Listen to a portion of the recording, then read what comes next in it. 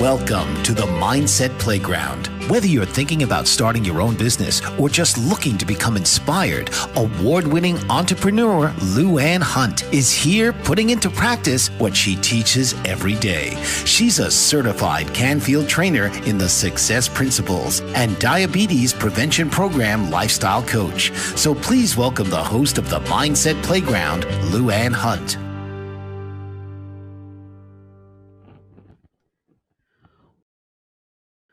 Welcome. You're watching the Mindset Playground, where you will get your daily dose of positivity. And I'm your host, Lou Ann Hunt. And I want you to know that you are always one decision away from a completely different life. A little about me. I worked at a government job for 36 and a half years in various roles.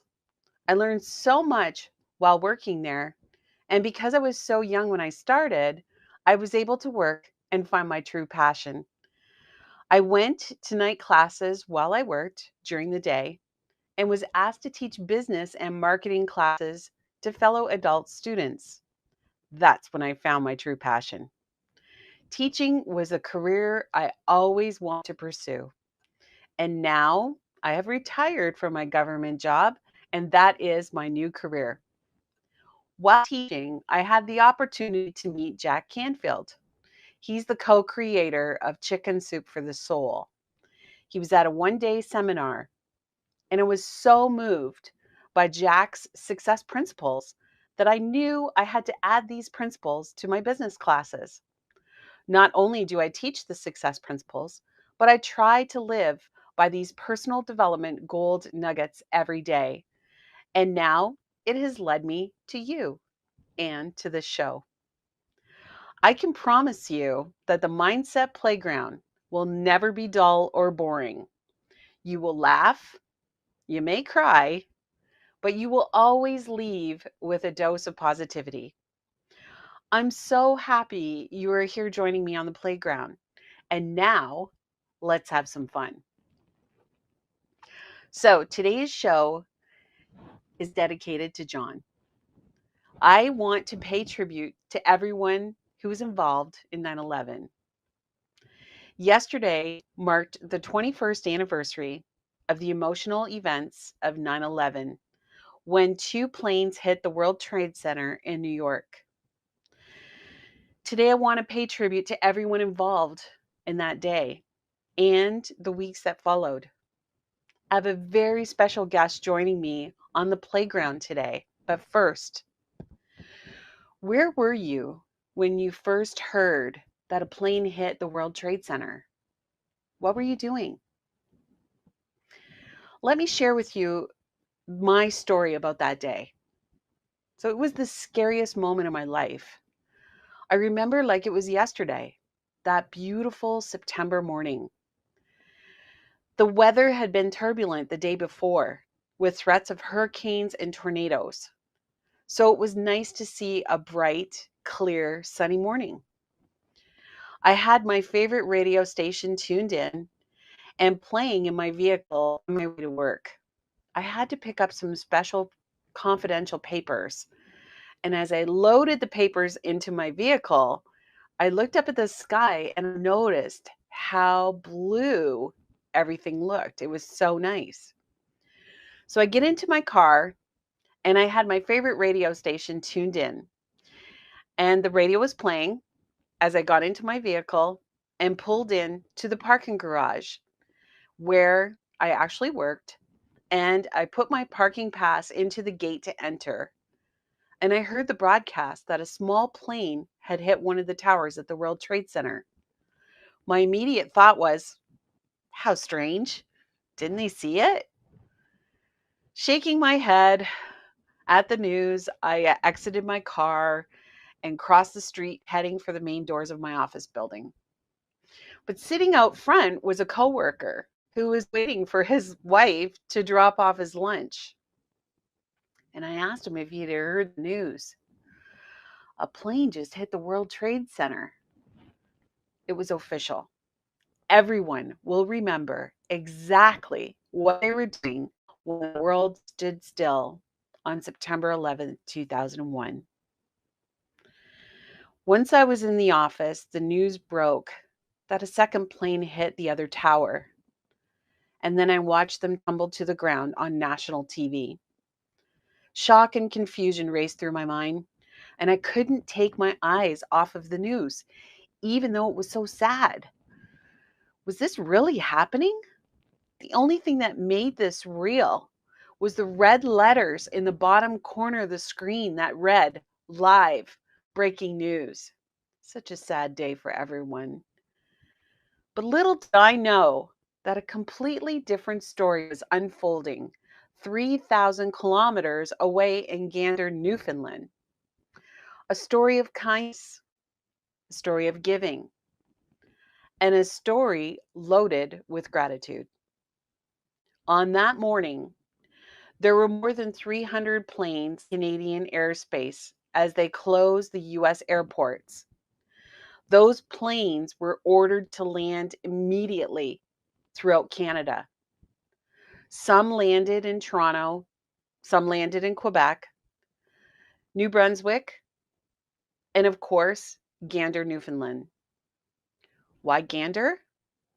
Because Gander Airport, believe it or not, at one time was an international airport, and it has very large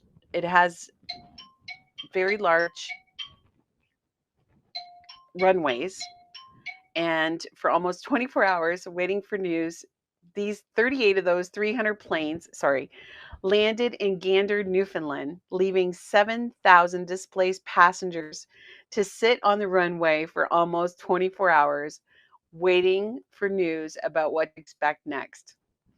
That's the joys of live TV, people.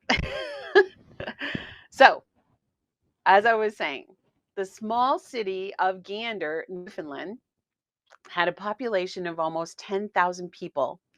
And yet, in one day, Gander almost doubled its population. So finally, one plane at a time, passengers were allowed to deplane and head into Gander Airport, where the large map of the world was posted on the wall. And there was magic marker on the map, the world map, that said, "You are here." It was written on it and arrows pointing to Newfoundland.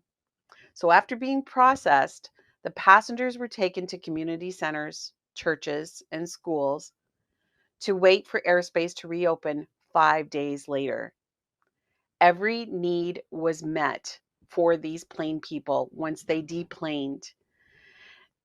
Everything came in as far as donations go to help these passengers, and they even had to take over the community hockey arena and turn it into the world's largest freezer to hold all of the food that had been donated. So, for these passengers, Gander quickly became their home away from home. We're going to take a few minute break, and when we return to the playground, I have a special guest with me, and we're going to talk about what happened next. This is an amazing story. You don't want to miss it. You're watching the Mindset Playground with Luann Hunt. Welcome back to the Mindset Playground. I'm your host, Luann Hunt, and now I'm on the playground with Bonnie Harris, the manager of the Gander and Area SPCA, and we're reflecting on the events of 9/11. Hi, Bonnie. Welcome to the show. Thank you for having me. So, Bonnie, tell us what the SPA stands for and your mission. The SPCA stands for the Society for the Prevention of Cruelty to Animals. Our mission is to advocate on behalf of those who can't speak for themselves by providing education on responsible pet ownership, preventing cruelty, and sheltering homeless animals. We believe all animal life has a value, and we devote ourselves to providing a leadership role in the humane treatment of animals. That's amazing. And how long have you been working with the SPCA, and how did you get started? I have been with the SPCA for about 26 years now. Started when my youngest daughter was 2 years old, just as a an outlet, I guess, to get outside the house and away from the kids for a little bit and to help out where it was needed. So that sort of led to a part-time position and then to a full-time position. And then I was offered management position. So I've been there total of 26 years. Wow, that's great. So, can you take me back to that fateful day in 2001? Tell me about your morning. Like, what was going on before everything else happened? What? As usual, it was a hectic day, like most days were back in those times. We had a full house of dogs and a full house of cats. We had a mom dog and 8 puppies. I actually reviewed some notes that we had kept from back in 2001 just to refresh my memory. Yeah, so we had an abandoned kitten come in that morning that was in poor shape, and we had an abuse call come in, but that was a typical day. And I was working by myself, so it was kind of Oh, hectic. and how about the kids? What were you doing before that? What was going on there? With my children, Yes. they were in school that morning. Dropped them off at school the morning before I went to work. Normally, I'd work at that time 9 o'clock in the morning, but I would go in early because I'd have to drop the kids off, and I'd try to get a head start on things. So they just went to school their normal school day. And wasn't there something going on where a lot of the parents had to drop their kids off? Wasn't there something going Yes. on? Yes. The school bus drivers were on strike. So at the time, we only had one vehicle. So I was going to work that morning, and my husband was off. So it was my turn to drop the kids off at school. Yeah. And so when did you hear about the first plane hitting the World Trade Center? My husband actually called me at work shortly after 10 o'clock, and he just so happened to be watching the news when it came on that a plane had hit one of the twin towers. So he called me, and we were discussing it briefly on the phone because at the time he didn't know if it was a large plane or a small plane. But as we were speaking on the phone, he was watching the news, and the second plane hit. And I'm sure a lot of people saw that footage where that second plane hits the second tower, and I could hear him gasp. And he said, "Oh my God!" He said, "This is not an accident," because originally he was thinking it was some kind of an accident. And he said, this is a large plane, and this has got to be terrorism." And like I said, I was working by myself that morning, so we spoke briefly about it, and had to get back to my work. And your husband, doesn't he work for the airport? My husband is an aircraft refueler at the airport. Yeah. So this must have really been a shock to him. Yeah, yeah. Like I said, when he first saw it, he was thinking it was a small plane until he saw the footage of the second plane hitting. So, yeah, it was quite shocking. So what did you do from there? From there, of course, I went on with my normal work morning and tried to get things cleaned up. Kids got out of school probably 12 or shortly before 12, so I had to go to the schools and pick them up. I turned on the radio, of course, as soon as I got in the car, just listening to hear what was going on. And as I pulled into the parking lot, Oz Fudge, who is our local municipal police, was parked next to me, and I rolled down the window, or I motioned for him to roll down the window. And when he did, I'm like, "Did you hear what's going on?" And down in New York, and he's like, "No, what's going on?" I said, "Turn on your radio."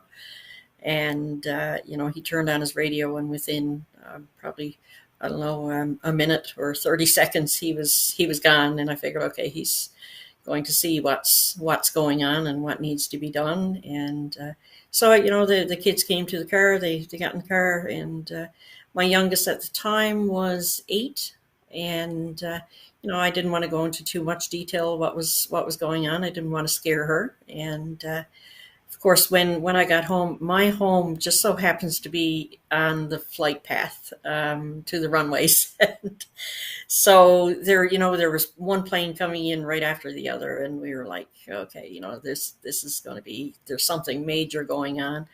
And we got notified that the kids would not be going back to school, that they would be using the schools if needed as a hotel, I guess, to house anybody that was going to be stranded here. And so again, I went back to work, got into work, and made a phone call to the airport authority and asked, are Okay, there? so Yep. so hold on. I'm sorry to interrupt. Yes. I'm so excited. I'm so excited to continue this heartfelt conversation with you, Bonnie. So, but we have to take a short break. But when we return, we're going to talk about the people and the animals that were stranded in Gander during that time. So you're watching the Mindset Playground with Luann Hunt. Don't go away. You don't want to miss this. Welcome back to the Mindset Playground. I'm Luann, and I'm on the playground with Bonnie Harris, the manager of the SPCA, and we're chatting about the events of 9/11 in 2001 when two planes hit the World Trade Center in New York. So, Bonnie, let's talk about the animals and what happened next. How did you find out about these stranded animals?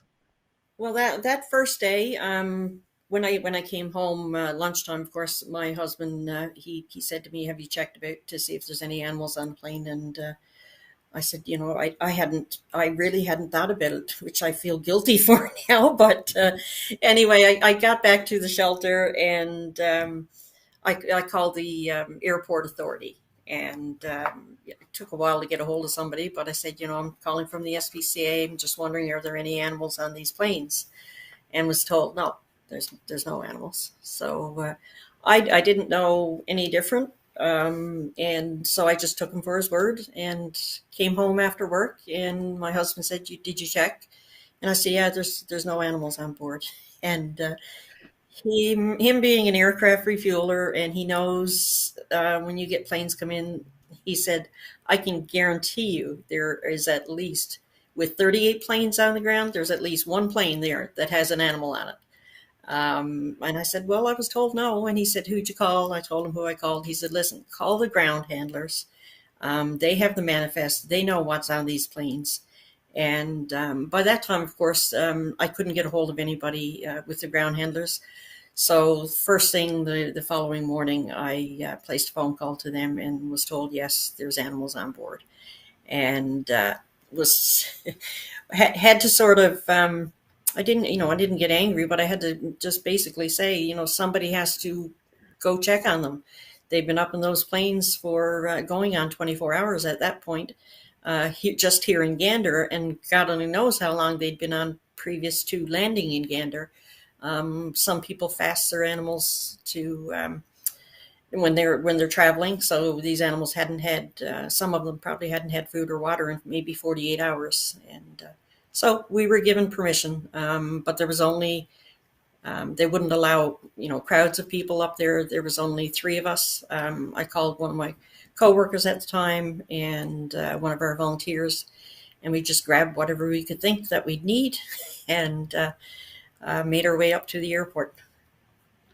So, did they actually give you a list of which planes had animals on it, or did you have to check them all to make sure?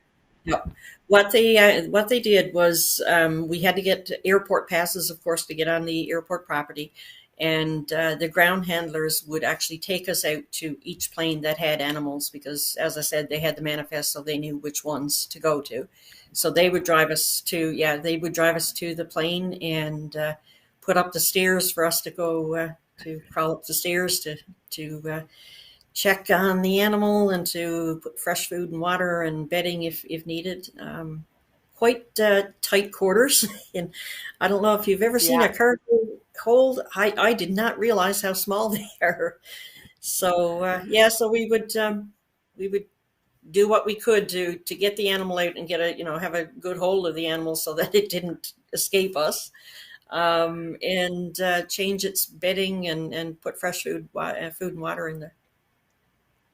So what was that like? You must have been so nervous that everything, that they were okay, or luggage. I'm sure that they weren't just right there, hate for you to see them as soon as you open the latch door. No, some of them were on the front of the luggage, so so we could see them when they opened the door. Others were not, and most of the doors were open because I guess they knew there were animals on board, so they would have to leave the door open because it was a unusually mild September for us, so it was quite warm, and so yeah, we would go up, and if we couldn't see them most of the time we could hear them, so we'd have to move luggage around to get at the animal and put them out front so that we could clean them and clean their cage. It was scary, thinking that, oh gosh, I hope I don't find an animal that's already deceased, or has been is in distress, because we didn't know what we were going to have to do then, because they weren't allowing them off the planes at the time. Right. Wow, that must have been just so scary. And how long did it take you to go through all those planes? It took us from 9 o'clock in the morning until 4:30 in the afternoon, and by that time we just finished the last plane. But midway, probably around 2 o'clock in the afternoon, I actually found a cat that had a pill bottle taped to the top of the cage, or to the top of the kennel, and I wasn't familiar with the drug, so I called our local veterinarian, and Dr. Doug Tweedy, and he informed me what the drug was for. It was for seizures, and the cat, he said, yes, it definitely needs it. He didn't. He had actually called the airport earlier too to find out if there was animals on board, and was told no. So he was a bit surprised when I told him I'm at the airport taking care of the animals. He was a provincial vet here, and he was also an agricultural vet, so he was out on a call at the time. But he said, I'm on my way back into Gander. I'll come up when I'm done. And thankfully, he did come up. It was probably around 2:30 or so. He came to the airport, and he saw how difficult it was to try to do what we were doing. And thankfully, he had some pull with government and with Canadian Agri-Foods, and he was able to place a phone call, so that the animals could be taken off the planes later on that evening. Well, we're going to talk about that. So we need to take another short break. But when we return to the playground, we're going to talk about the actual stranded animals and their home away from home for 5 days with Bonnie Hess, who is the manager of the SPCA. And you don't want to miss what's coming next. So you're watching the Mindset Playground with Luann Hunt. I'm your host, Luann Hunt. And I'm on the playground with Bonnie Harris, who is the manager of the SPCA. And we're talking about 11 dogs, 9 cats, and 2 rare apes, all stranded on the 11 planes in Gander, Newfoundland. Share with us some stories about the animals. Talk about Ralphie. Ralphie was a little 10-week-old American Cocker Spaniel. He stole the show. And he was the youngest animal there. He was taking it all in stride, which was surprising for such a young pup. We, we didn't really get a chance to see any of the animals in the plane to actually interact with them, other than trying to clean their cages. But when they came off the planes, we were able to do a little more with them. So Ralphie, like I said, stole the show. Everybody's favorite little puppy up there, and some of the ground handlers, where the animals were actually being housed in their garage, large holding bay. So Ralphie ended up getting sick one night, and we found out it was because the ground handlers were feeding him little bits of their lunches. So he got over it fairly quickly. Dr. Tweedy actually was able to check him over, and he said, no, he's fine. She's got a little bit of indigestion. There was, and the bonobos, I didn't even know they were on the planes, because that was not one of the planes that we serviced. we didn't know they were there until all the animals had been taken off the plane that night and put into the holding bay. And we walked into the holding bay in the morning and saw these two large crates that were covered and a gentleman sitting next to them. And this was two bonobo apes. So these are actually bonobo apes are actually very rare, and they were on their way to zoos and aquariums in the Yes, US. yes. So where were they coming from? Do you remember? Gosh, Planktontal Zoo.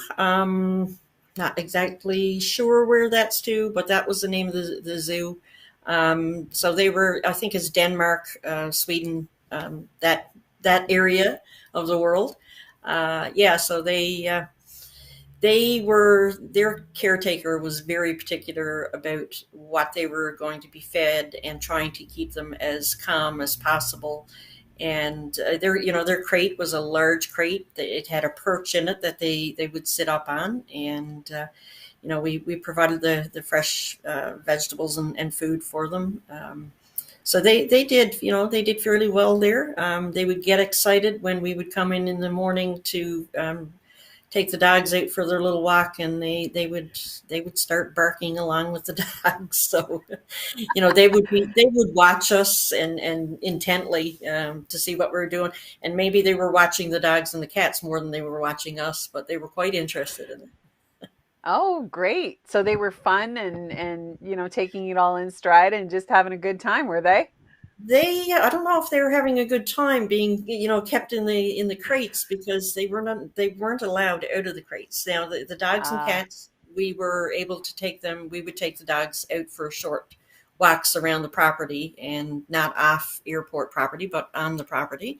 And so we were able to walk them. The cats, we would actually take them out of their kennels and put them in a bathroom that the handlers had there, just to let them stretch their legs. But the bonobos, of course, they were not allowed out of their crates. So, yeah, I don't know if they liked it. I'm sure they were a little bit entertained by all the noises and the commotion that was going around. yeah, for sure. And then you were saying something one time, you were telling me about you tried to bring them a treat, and Yeah. what happened there? They actually had two, like, I don't know if you call them handlers or zookeepers, that were traveling with them. I only saw the one gentleman that was guarding them. Honestly, Yeah. he was guarding them with his life. And there was I brought in some dried fruit one day, and it was like in a roll type. It wasn't candy; it was fruit. And the language barrier made it difficult for me to show him that this is not candy; it's fruit. And after a few minutes of trying to explain to him, he did understand, and allowed me to give them some dried fruit. So they really enjoyed that. But he was doing a great job taking care of them. Oh, that's great. And then you were telling me about one of the dogs that was not happy when you first went into the cargo holding area. Yes, we this dog was this is while they were still on the planes, and it was an American Airlines, and the passengers were actually still on the plane too.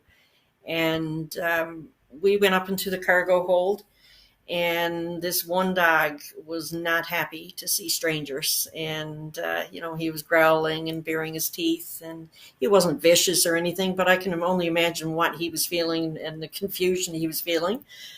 So we were standing on these steps, trying to figure out, okay, what are we going to do? We've got to get him out of the kennel, but we can't take a chance in getting bitten or the dog running off. So I was thinking, okay, we have what's called a catch-all pole at our shelter, and I said, maybe I'll get somebody to run down to the shelter and bring it up, so that we can loop it in around his neck and keep him away from us, but keep him safe too. Anyway, while these thoughts were run through my head, we saw that the passengers were looking out the window, and they actually allowed one fellow in particular, who was the owner of the dog, asked what was going on. He was told. He said, "That's my dog." And they did allow him to come down and take the dog out of the kennel. Once she met us, she was fine. She was a great dog, but it was just the initial shock of total strangers and the situation she was in that scared her. So I'm sure that it must have just been so joyful to go and see these animals every day, and you probably got really close to them, even though they I were only there for a short time. Yeah, I did. There was one in particular that, and I don't know why I remember the airlines they came off. It came off of British Airlines. It was a little Jack Russell mix, and it was an older dog, and I'm very partial to older senior dogs. And this little one was so happy every time she'd hear my voice coming into the holding bay. You could hear the kennels, and not just her, but there was others that would do it, but her in particular. When she'd hear my voice, the kennel, you would hear the kennel knocking from her tail, banging up against the sides of the kennel. So she was excited to see you and excited to get out of there for a little walk.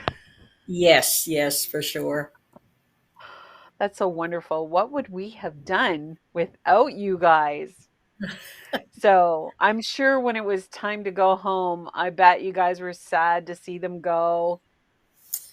We were sad. We It was 5 days, so I mean, we were getting. I don't know if anybody else. I'm sure they were, but I was starting to get tired, and I mean, you know, between taking care of our shelter, which was full, and the animals at the airport.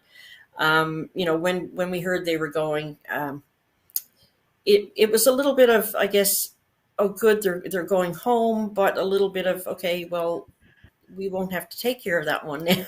And so Yeah. it's a little bit, yeah, a bit of everything, I guess. Hindsight 2020.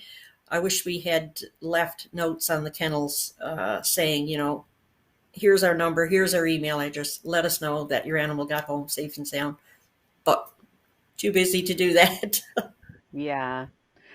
Well, when we come back after this break, we're going to talk about a famous musical that was written to pay tribute to Gander. So, thank you for watching the Mindset Playground.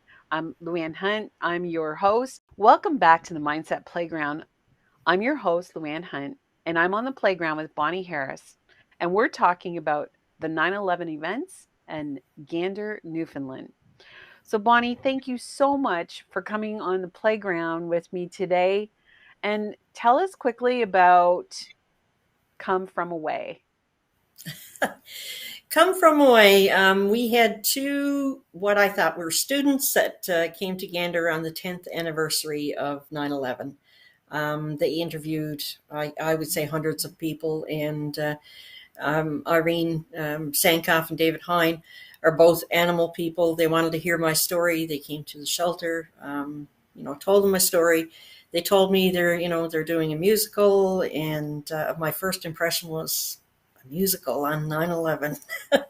Well, good luck with that, because not thinking it would go as far as it has gone. I thought it was going to be a little college musical that they put off, but it went much further than that. Oh, that's wonderful. And I know that they've raised some money for your shelter. Can you tell us about that? They have raised, oh gosh, over $100,000 for our shelter over the past 3 or 4 years. We are looking to build a new shelter, so our current shelter is just cramped quarters and no space. So they raised over 100,000 on a 6 week with the touring company. They did fundraisers after the show, and we were blown away by the generosity of the fans of Come From Away. It was amazing. And so I know that there's going to be fans watching this show. And is there any way that they can connect with you or contact you? And maybe some of our listeners will be able to help the shelter. Sure. They can contact us through our email address. It's just ganderspca@hotmail.com. They can telephone, they can call us at our shelter at 709-651-3002. They can check out our website at www.ganderandarea.spca, all lowercase.com. Bonnie, I appreciate so much that you have taken the time to come and speak with me today about this very special event, this tribute. I really appreciate your time and I appreciate you. So thank you so much for coming out. And I look forward to talking to you soon. Thank you for having me. So, before we go, it's time for Minutes with Lou. This is a segment that I will be doing at the end of every show. And today, what I want to talk to you about, which is kind of fitting for the show, is gratitude. So, a great saying from Melanie Beattie: gratitude unlocks the fullness of life. It turns what we have into enough and more. It turns denial into acceptance, chaos to order, confusion to clarity. It can turn a meal into a feast, a house into a home, a stranger into a friend. Gratitude makes sense of our past, brings peace for today, and creates a vision for tomorrow. On that note, that's Minutes with Lou. Until our next show, and I want to bring something up. It'll be next Monday, but Monday, October 10th, is Canadian Thanksgiving, and we will have a show. But what I'd like you to do is, it will be our Thanksgiving, and any children that you know, ask them how they would cook a turkey for Thanksgiving dinner. Send me an email at my website, which is luannhunt.ca. Send me an email and let me know their response. Make sure you include their name, their first name, and their age. And I'd like to read those out for our holiday show on October the 10th. So please send me your email, send me that information and what the kids have to say, and it's going to be a fun show. And on that note, thanks so much for watching. I will be on the playground next week on Monday, 11 o'clock a.m. Eastern Standard Time. Check out my show schedule on my website and on social media. Namaste.